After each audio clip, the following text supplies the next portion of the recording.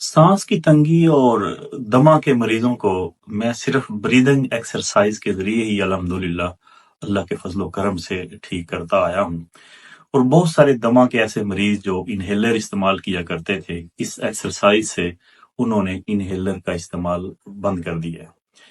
بنیادی طور پر جب پھیپھڑوں میں سانس کی نالیوں میں تنگی بنتی ہے، اس وقت یہ پرابلم ہوتی ہے، اور اس تنگی کو ختم کرنا اور پھیپھڑوں کو طاقت دینا سانس کے ذریعے یہ بہت ضروری ہے۔ اور اس وقت دنیا میں اس پر بڑی ریسرچ ہو چکی ہے۔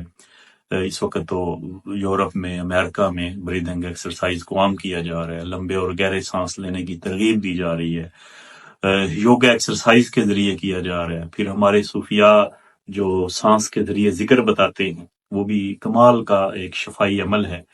اس کے لیے آپ نے کرنا ایسے ہے کہ آپ نے 4 طریقوں سے یہ ایکسرسائز کرنی ہے۔ اس میں 4 سٹیپ ہیں، اور اس کے لیے تھوڑا سا وقت آپ دیں۔ سب سے بہترین وقت صبح نماز کے بعد جب آپ فارغ ہو جائیں تو آپ بالکل اپنے جسم کو ریلیکس اور ڈھیلا چھوڑ دیں، منہ کو بالکل بند رکھیں اور سانس کے ذریعے ورزش شروع کریں۔ اس میں پہلا سٹیپ یہ ہے، لمبے اور گہرے اور تیز سانس لینے ہیں۔ جیسے آپ میری طرف دیکھیں،